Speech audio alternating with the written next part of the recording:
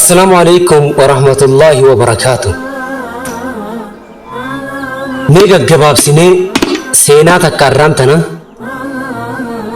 سينا نموتا بيه تنرى جما جل يسيت جديدني أفتان كيستوما سينا نمتجخنا نما برنو ترى وين كوبيدا أول جرجل تيجا جرجل تيمبي namni kun akkamiin seenaa akkanaa tana hojjeta jechuun na ajaa'ibsiise.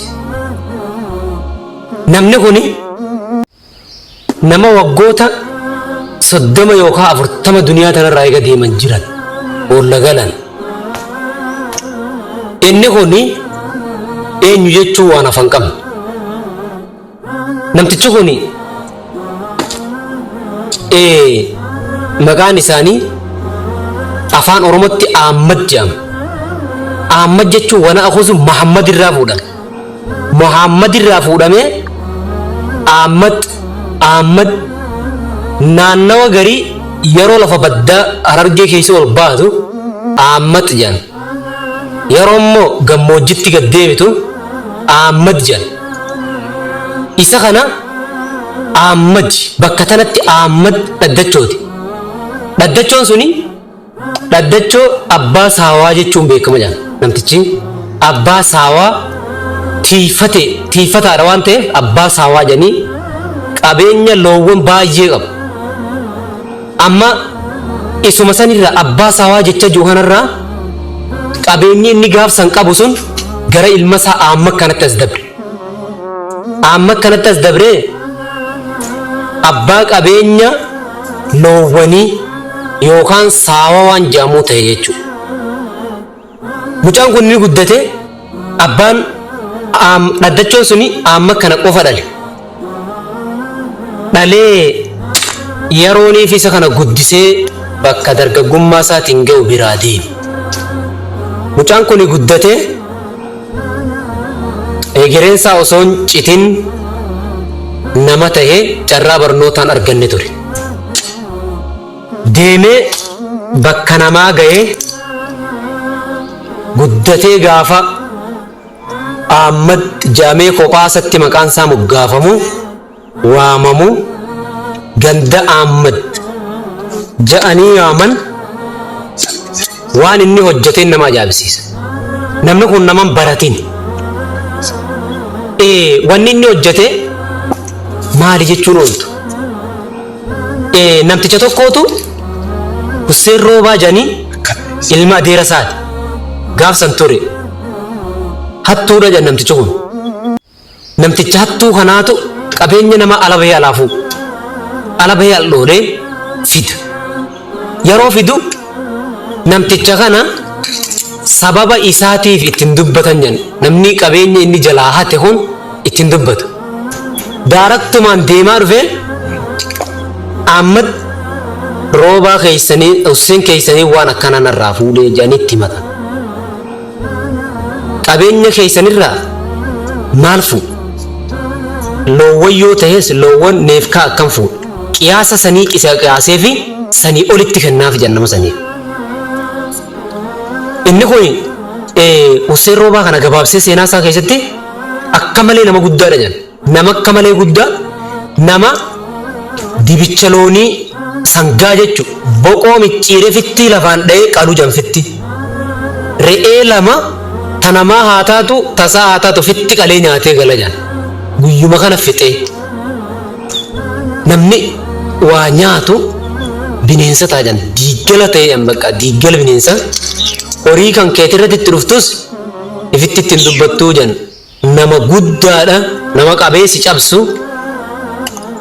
Nyaatee orumaan kee alaa akka bineensa fixee gala ittiin dubbattu yaafirraa deemteetuma amma gaafatta Ahmadii sii kennaa jawwaan inni sirraa nyaate san. Akkasuma ammas gaafa Ahmad biraa du'u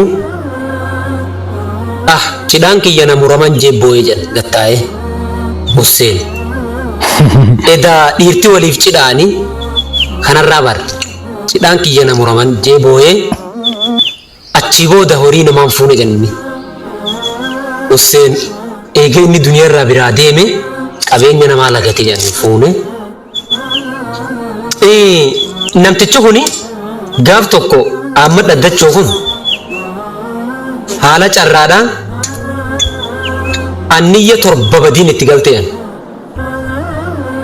Anniyya torbatti gaafa badiin galtu anniyya torba badii isiin itti galte tana irraa fudhachuudhaaf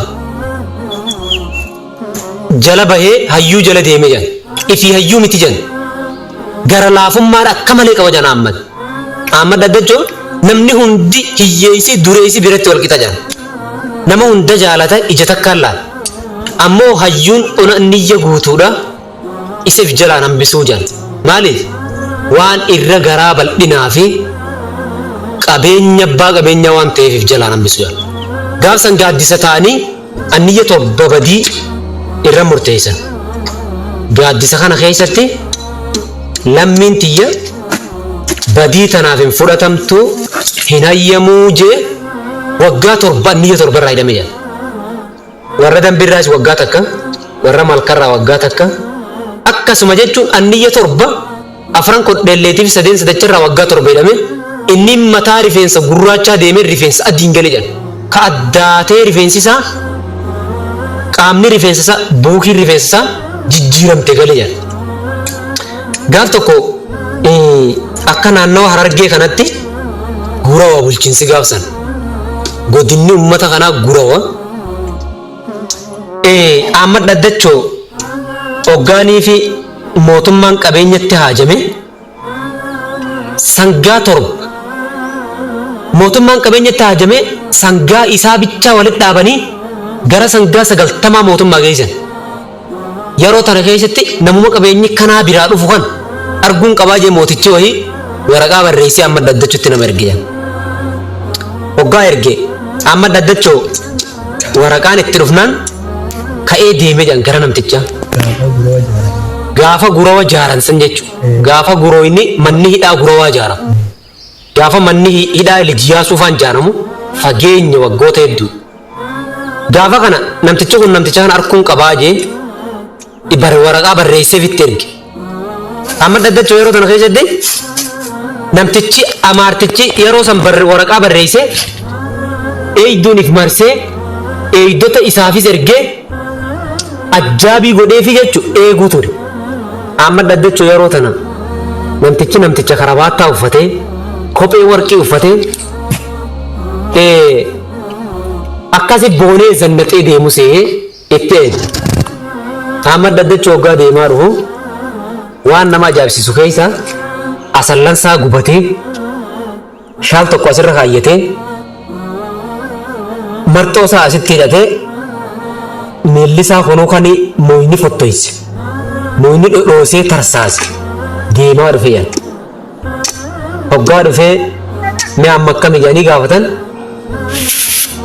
dilasillee nama guddaa miti nama nyaatillee garaa boorcee if dura tulleessee miti kunoo amma namuma xiqqaa wahiiti.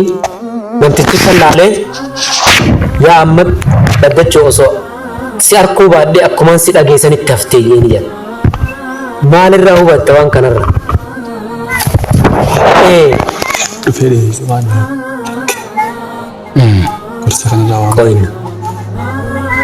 Yeroo tana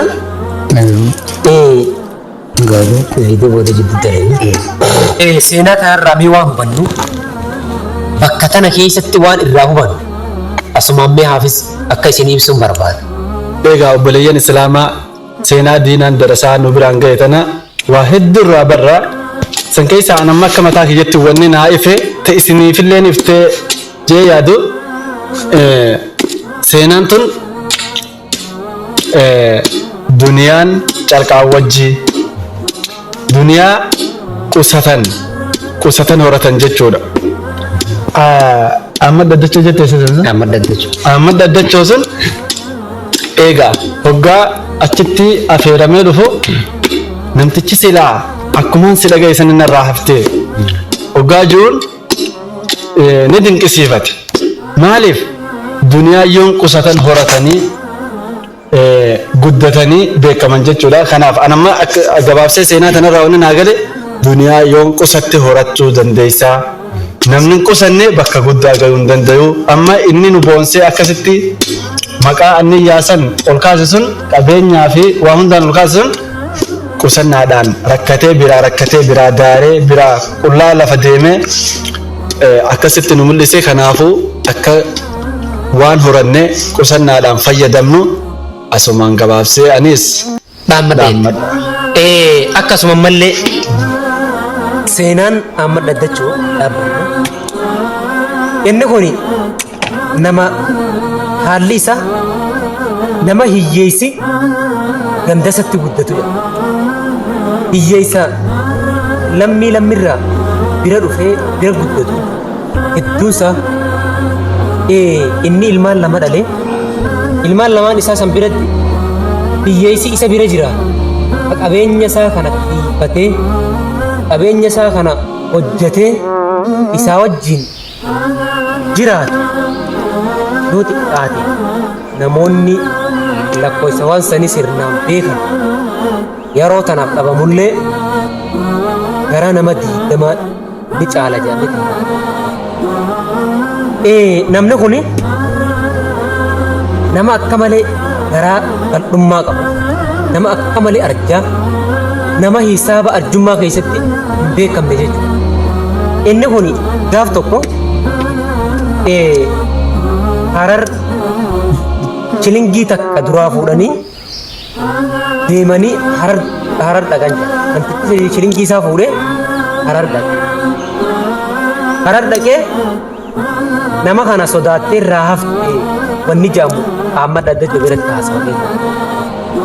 Yeroo biratti haasawamu Ahmad Daddachoo kun kophee isaa asallan gubatee tana kaayyatee ansoolaa isaa carqasirra kaayyatee itti gallakkisee Harar dhaqe. Adaree biyyoo bakka jedhu. Yeroo achi dhaqu daarattiin bakka namtichi sun jiru dhaqee falmisiisee waan saasan shilingii isaa fudhate. Yoo amma sodaatee hafee kunoo fudhadhe jee qarshii takkitti shilingii takkitti harka fuudhee yoonii fi sa'oodhaaf tana jala deemeedha laalaa jee lola keessatti mootummaa namaatii fi arjummaa isaa irraa hubanne jechuudha. Gaafa shilingii fuudhee darbu gaafa shilingii sanirraa hafuu dhabee kilomeetira 250 deemee isii fudhatu lafa deemee jechuudhaan makiinaa yaabbatin hayyaabbii takka yaabbatin lafa deemee fudhatu waan irraa hubattuu fi waan as keessa laaltu suma mootummaa nu qaraasisee arjummallee nu qaraasise. Arjummaa fi gootummaan nama faana deema jalaan hafe. Ilmaan dhaloota ilmaan isaa keessalleedhaan nama amma jiru keessatti nama hedduu biratti waan akaakuu isaanii santu bira ga'e jennee fallaalu ammallee qabna.